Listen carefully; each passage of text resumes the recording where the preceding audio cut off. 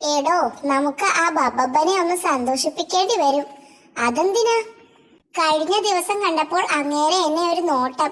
ഞാൻ അങ്ങേരെ തല്ലാൻ പ്ലാനിട്ടെന്ന് തോന്നും നോട്ടം കണ്ടാൽ. താൻ ഇട്ടോ? എന്ത് പ്ലാൻ?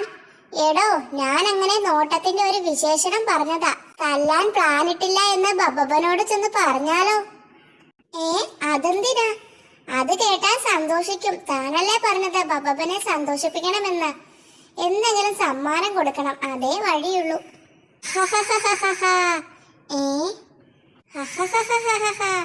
താനാ കിളിയെ കണ്ടോ? ചിരിച്ചോണ്ട് പറക്കുന്ന കിളി.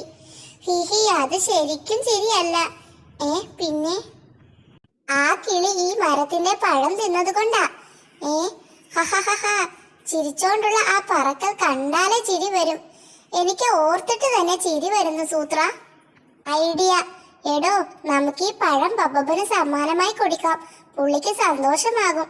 താൻ പോയി ബബ്ബനെ വിളിച്ചുകൊണ്ട് വാ. ഞാൻ പഴം പറിച്ച റെഡിയാക്കി വെക്കാം. ബബ്ബൻ പഴം തിന്നാൽ ഓർത്തിട്ട് തന്നെ ചിരി വരുന്നു. ഹിഹിഹി. മതി, ആനയെ ചിരിപ്പിക്കാൻ ഇത്രയും മതി. ഹിഹിഹി.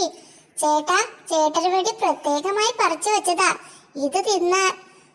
ശരി പറഞ്ഞു. ഇതൊക്കെ നടക്കുമോ? നടക്കുമെന്നേ. ചേട്ടൻ തിന്നു നോക്ക്. ഹിഹിഹി. പറ്റുന്നില്ലല്ലോ.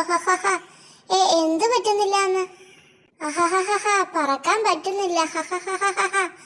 ശരി പറഞ്ഞല്ലോ, ഇത് തിന്നാൽ ചിരിച്ചുകൊണ്ട് പറക്കാൻ പറ്റുമെന്ന്. ചേടാ, എന്ത് പറ്റി? ആ കിളി പറന്നതാണല്ലോ.